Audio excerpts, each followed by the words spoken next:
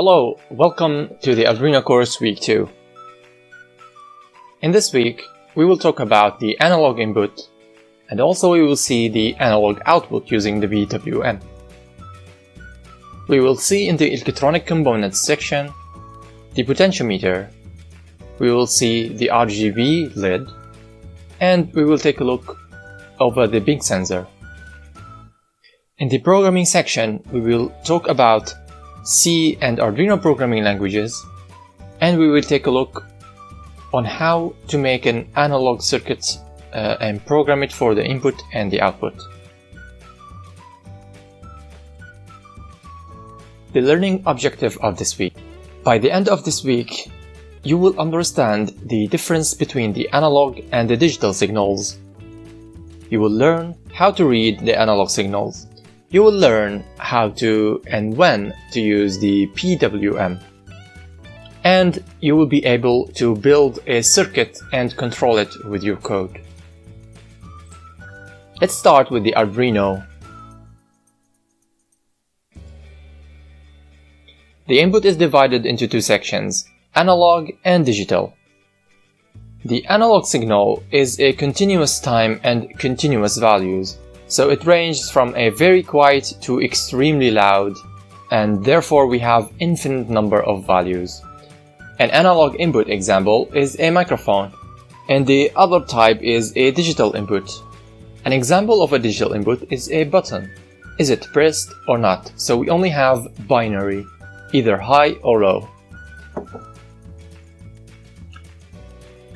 Another example of an analog signal is a sound mixer.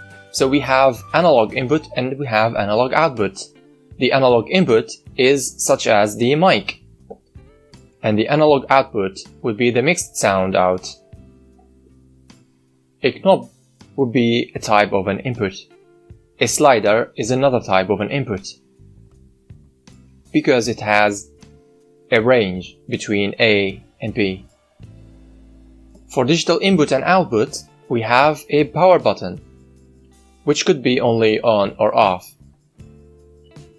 For digital output, we have LEDs, so we can turn the LED either on or off. A mic switch is type of a digital input. Arduino has 6 pins to be used as an input of an analog signal. It ranges from A0 to A5, and you can find it on the bottom right section of the Arduino. The analog input measures between 0 volts and 5 volts, and the Arduino will convert the input signal from a voltage to a readable number between 0 and 1023. 0 is the 0 volts and 1023 is the 5 volts. And also you can use those analog input pins as a digital outputs. Let's go to the analog output using the PWM. For example, for dimming a light, the output of the Arduino is always a digital, so it's either on or off, and for that we need to apply some kind of trick to make it look like it's an analog output. The trick would be repeatedly turning on and off very rapidly the output pin. So you can use it manually by using the loop function, and you would use it with the digital write function, and of course you would add a delay between the on and the off, or using an easier way which is already implemented for you using the function analog writes. Using the analog write, the Arduino will generate a PWM pulse width modulation signal on the output pin. It looks like this. So we have a digital output with a short amount of high value, which means on, and we have a longer amount of off value or low, and we can repeat this signal very fast to dim the light. And if you want to make the light a little bit brighter, you can increase the time that the output is high and decrease the time that the output is low. You can use the PWM only with the pins 3, 5, 6, 9, 10 and 11. Those are marked with this mark. To use the analog write function, first you give it the pin that you want to write to, and then you give it the duty cycle. The duty cycle will control how bright the LED is in our example, and it ranged between 0 and 255. 0 means it's completely off, 255 it means it's on the full brightness. Is there any question?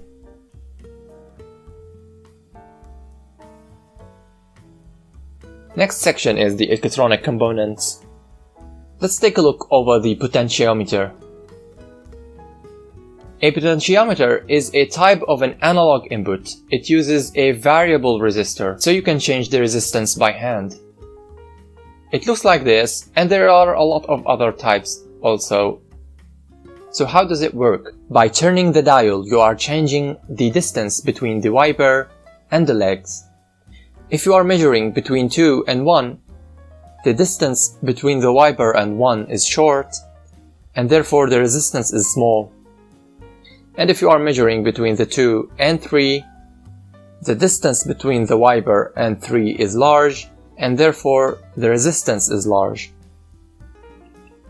This is also another example.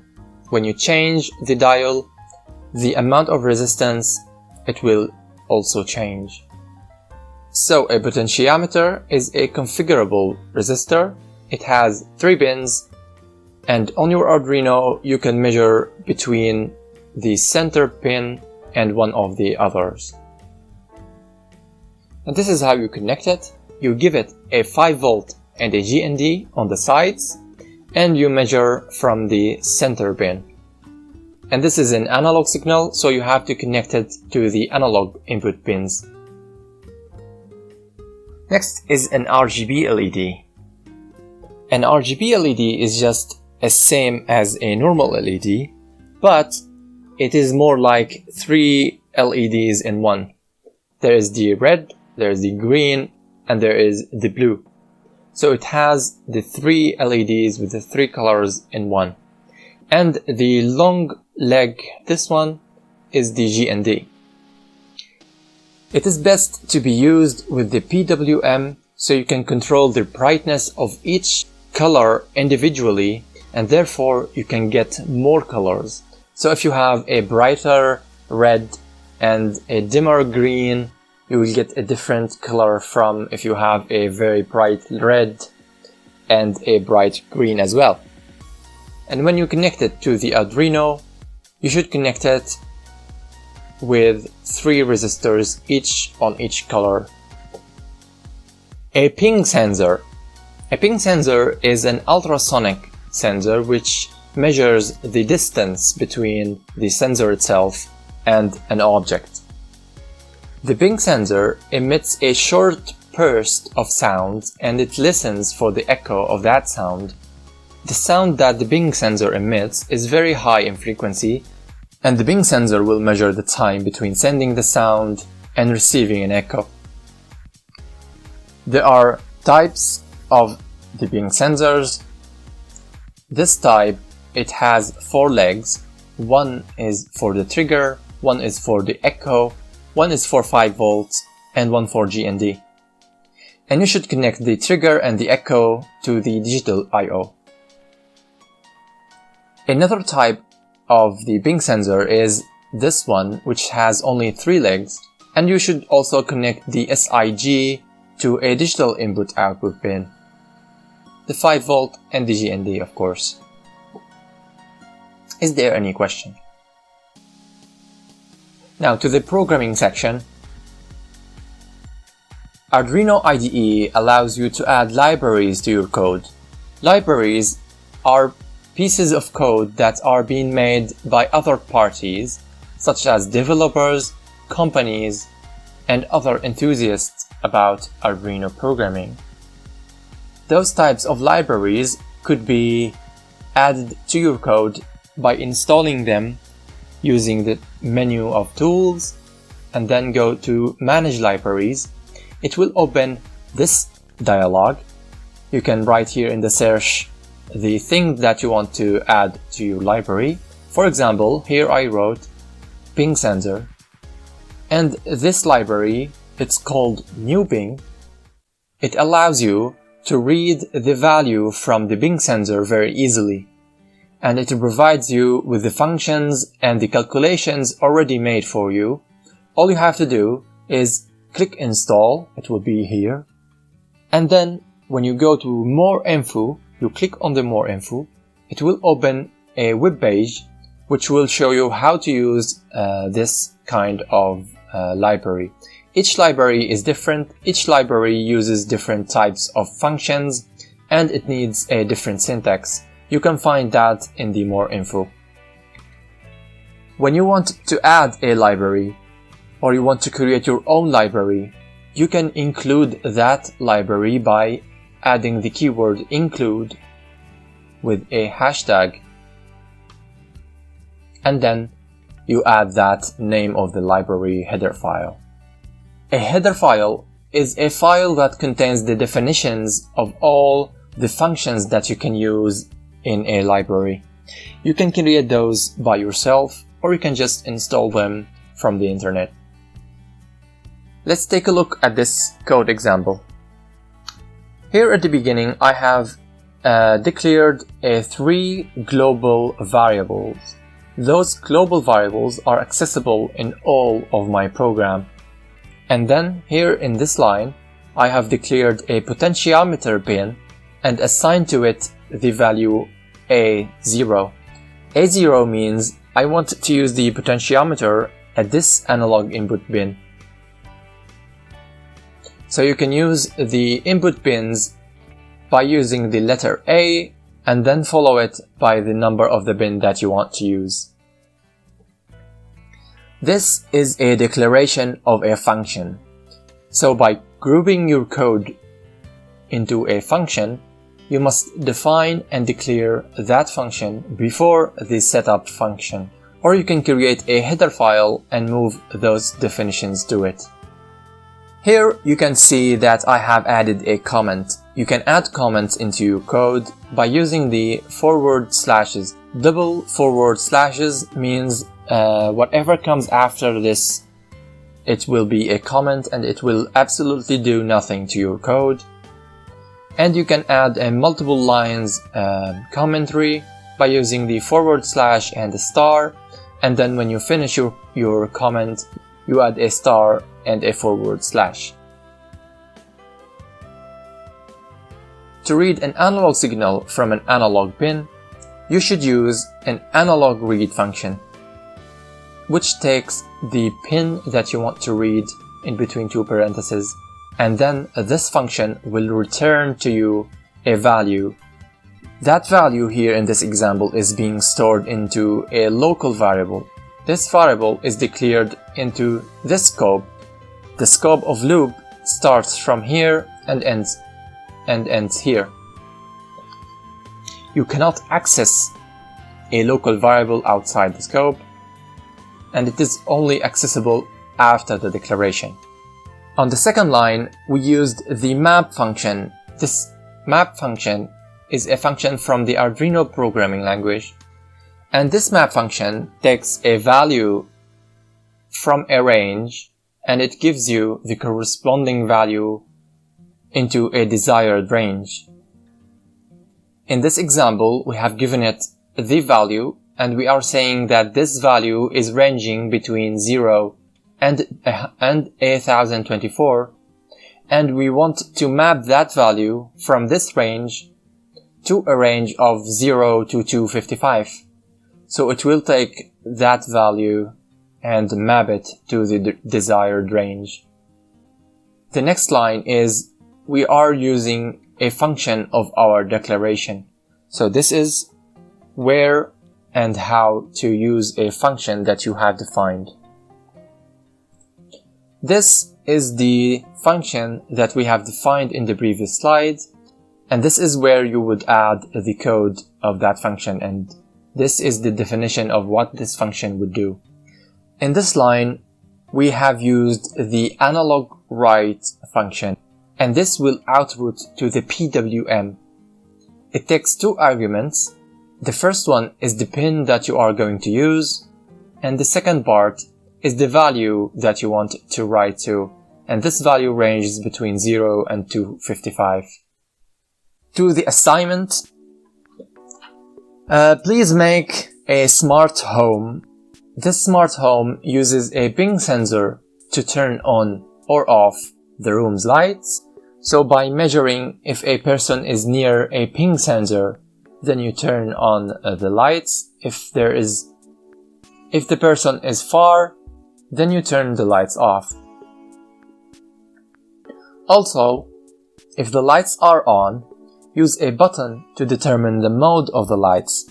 The modes could be changing the colors, changing the brightness, or turning the lights off.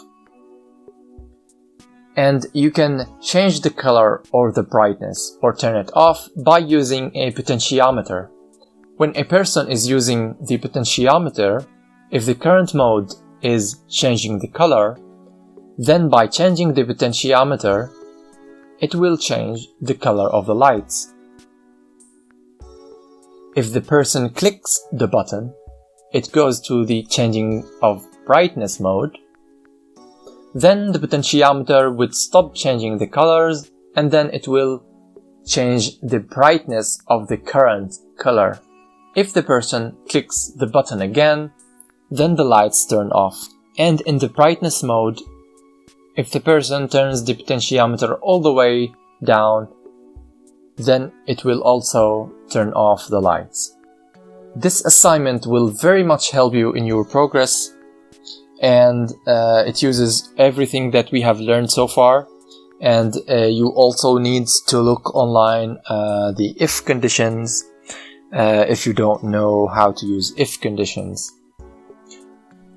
So that's it for today. Is there any question? Hello again. This is the part 2 of the week 2. In this part, we will learn and understand the limitations of the Arduino. We will learn how to control an AC device. You will learn how to drive a motor with an Arduino. And eventually you will be able to build a circuit and control it with your code. The content of this part is separated into 2 sections. The first section is the electronic components, which contains the relay, the motors, the motor driver, and the power supply module. The second section is the programming. We will learn how the serial monitor works and how to debug your code. We will also learn how to control a relay. And lastly, we will see how to drive a stepper motor. Let's start with the electronic components. First is a relay. To define a relay, we need to understand first the regular switch. How does it work? So in this photo, you can see that we have a lamp connected to a regular switch using a 2-core cable. Now this is something that you can find in every home, and basically it operates manually and it is mechanical. So when you press it, there is a mechanical part that moves and connects the live line to the L1 line of the lamps, and therefore we have a complete circuit, and then the light turns on. And it connects directly with the electricity, so the electrical line goes directly into it and it directly connects it to the lamp. Also notice that the neutral line or the GND is always connected, so the line that we switch on or off is the live line. And when you turn it off, the L1 is being separated from the live line, which means that the lamp will goes off, and when you press it back on, it means that the live line will be connected to the L1, and therefore it is a complete circuit and the lamp will turn on. The relay, it works in a similar way. First, it operates automatically using a signal line. In this photo, you can see that we have this line being the signal line, and there is a mechanical part in it, which is this section.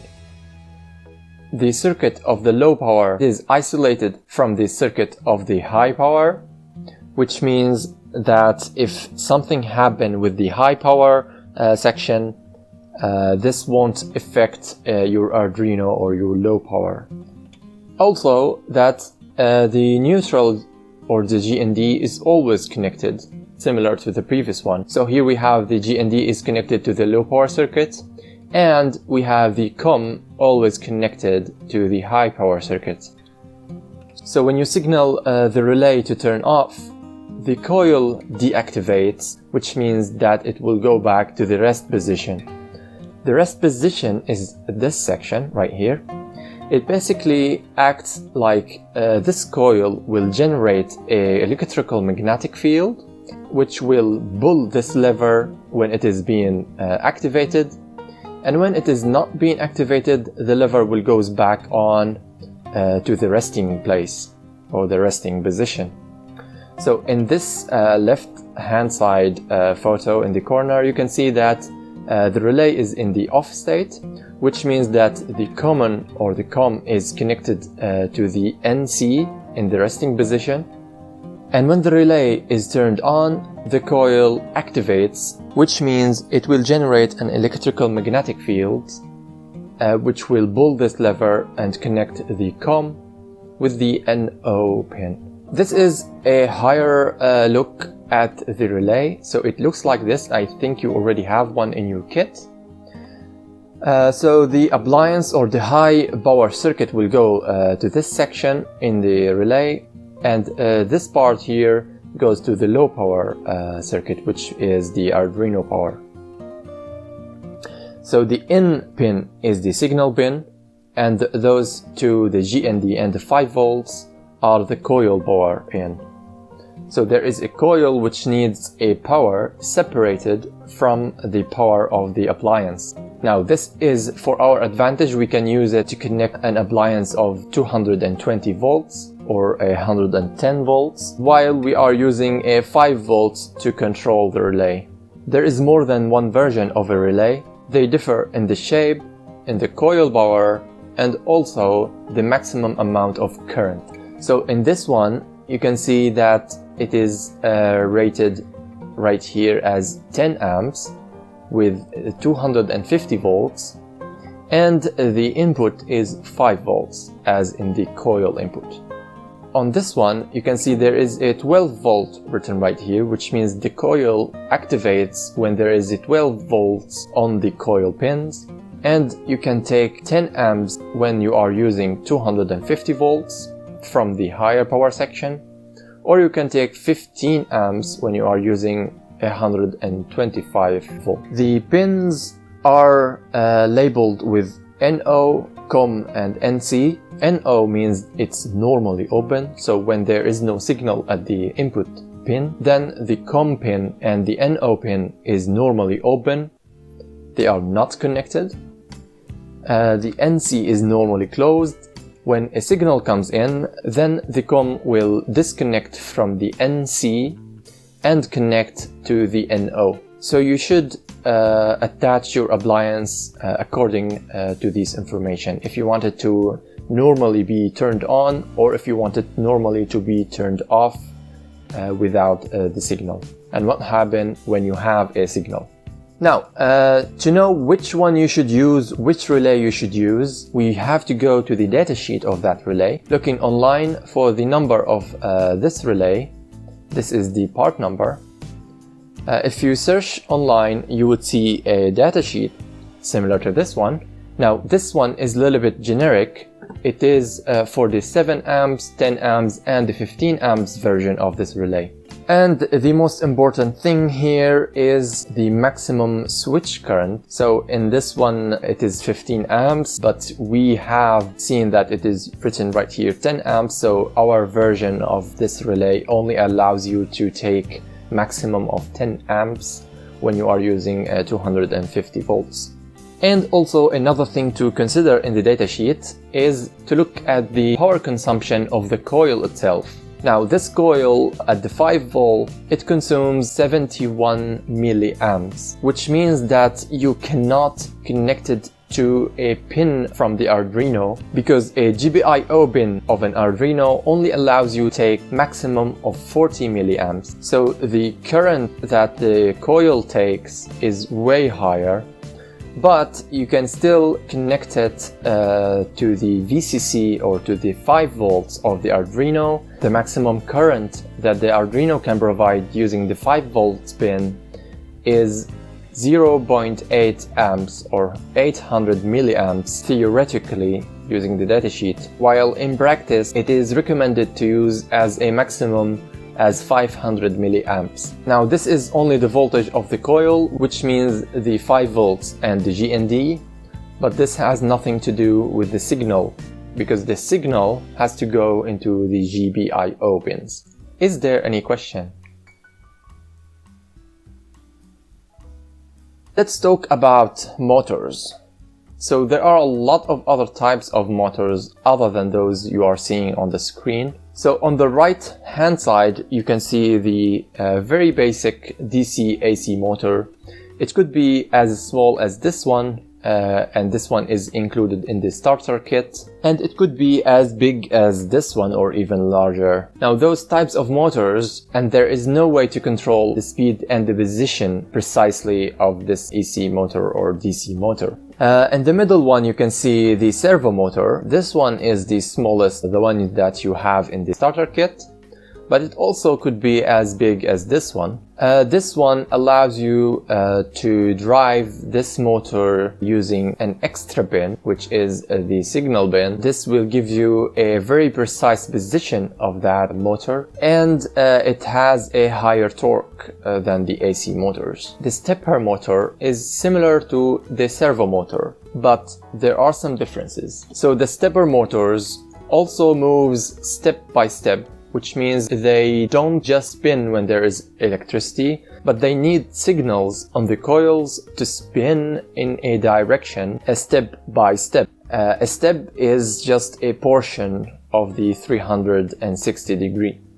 It is very different from one motor to another, so you have to look at the datasheet, see the step how much in degrees. Now the difference between the stepper motor and the servo motor is that stepper motors are good solutions for applications with low speed, low acceleration and low accuracy requirements, because stepper motors lose their torque when they are running at a higher speed comparing to the servo motor, which has a higher torque when it runs on high or low speed. Stepper motors also tend to be compact and inexpensive, and it is also integrated with a decoder. A decoder lets you know the position and the direction of the stepper motor at this current time, while the servo motor doesn't have the encoder, which means that you have to buy the encoder separately if you want to know at what position is the shaft of the motor currently. Servo motors are a better choice for systems requiring high speed,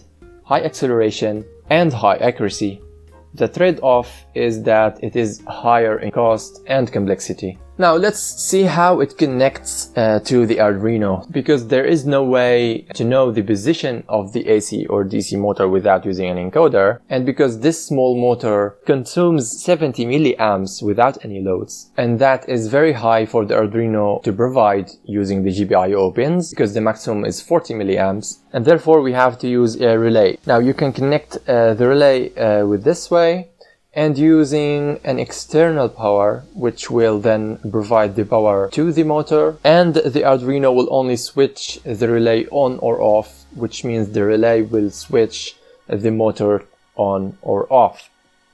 Now for the servo motor it's a little bit different, because now there is a different line for controlling the motor being moving or being stopped at this current time. So you can connect the motor directly to the VCC or the 5 volt and the GND, and you can connect the signal line to any of the pins. This VCC or 5 volts pin of the Arduino can provide of a maximum 500 milliamps, which means that you can safely connect the servo motor directly to the 5 volts and the GND, because this servo motor only consumes 220 milliamps. But at the end you have to make sure that the total amount of current that you are consuming in the whole circuit is not higher than 500 milliamps. Otherwise, you can separate the VCC line or the 5 volt line from the Arduino and connect it to an external power. And you can connect the servo motor to an external power source, and you have to connect the GND of the external power to the Arduino and to your servo motor. Now, the connection of a stepper motor is a little bit different. This stepper motor needs a precise control of the direction and the position, so that's why we have to use an external motor driver with an external power supply. And the power consumption of this small stepper motor is 240 milliamps. Now, it is important to know the power consumption of your stepper motor, so based on that you can decide the model of the motor driver you are going to use.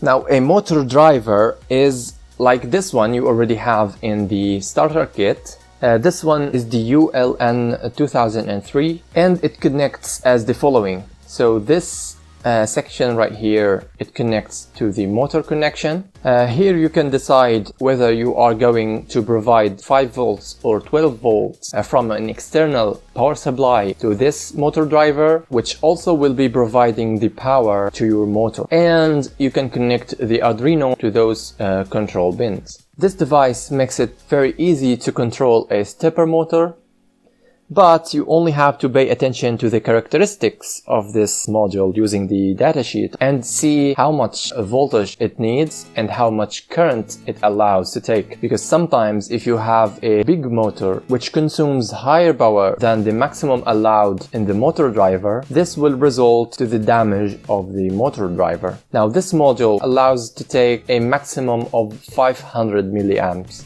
And this is how you connect it to the Arduino. So you connect your motor to those pins, and you connect the control pins of the driver module to the Arduino, to whatever pins you like, and you have to provide the external power supply using those 2 pins, either 5 volts or 12 volts. But also you have to connect the GND between the external power supply and the GND of your Arduino. Lastly is the power supply module. Now, this is also being included in the starter kit. This power supply module gives you a 5 volts or a 3.3 volts using a 9 volts as an input. So you give it an input using the adapter that you have, or an adapter of 9 volts, and then using those jumpers you can decide either to take 5 volts or 3.3 volts. So this jumper can be removed and switched to the sides. You can either put it on the first 2 pins, which means that you will consume 5 volts, or if you put it to the left 2 pins, which means you are going to use 3.3. If you connect the middle 2 pins, this means there would be no output. Also, make sure to not make a short circuit between this one and your Arduino when you are going to connect it to the breadboard. Is there any question? Let's go to the second part of this week. Let's see what we have in the programming section. First, we will see the serial monitor and the code debugging. Now, this is a very simple code. We have initialized the serial communication using the serial.begin, capital S, and we are giving the speed that we are going to use as a baud rate. The serial is the connection between your Arduino and your PC using the USB, which means that you can send the data from your Arduino to the PC using the USB cable as a serial port and communicate with your Arduino using code. In this way, you can either print something to your console, or you can debug your code using the serial.begin line or println means that I want to print whatever string inside those two parentheses, and of course within the two quotation mark, unless you are using a string variable. If you are using a string variable, then you can just put the variable right here without the quotation marks. And you can also use serial.print without the ln. This means that I want to print whatever value comes here without making a new line. Now, you are already familiar with the if-else statement. This is to make a condition, and here we are checking the Boolean variable. If it's true, then we will print this one. If it's false, then we will print this one. And because it is being initialized as false, then the console will write condition variable is false. You can use this one as a way to debug your code, so you can know what is going on at a certain amount of time and what is going to happen when a condition is true or false, or when you read some value from a sensor. You can use debugging if your code doesn't behave as it's supposed to be. To see the results, you have to click on the tools and then select serial monitor. Then this serial monitor will show up. When this window shows up, you have to select the same baud rate or the same speed as you have defined in the code, and then you will see your results printed right here. Now let's go to controlling a relay. It is as simple as controlling a lid. So you have to define which pin is the signal pin of that relay, make it an output, and then you can either digital write high, which means you are going to signal the relay to turn on, or you can digital write low, which means that you are going to signal the relay to turn off. Driving a stepper motor is a little bit different. For easier way to use a stepper motor, you have to download a library. So you can either go to Sketch, Include Library, and Manage Libraries, or you can click on Tools and then select Manage Libraries, which will bring to you this window. At the top in the search bar, write Axle Stepper as written in here. You can use this library or any other library you like, but this one I highly recommend.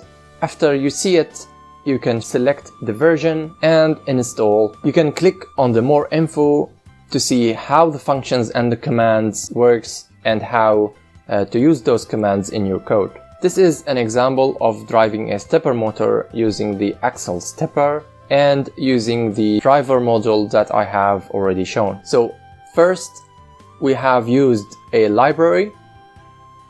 This library is the axle stepper. Using the keyword include, it means that I want to include this library in my code. Then at this line, I have defined the name and the pins of my stepper motor using the keyword axle stepper.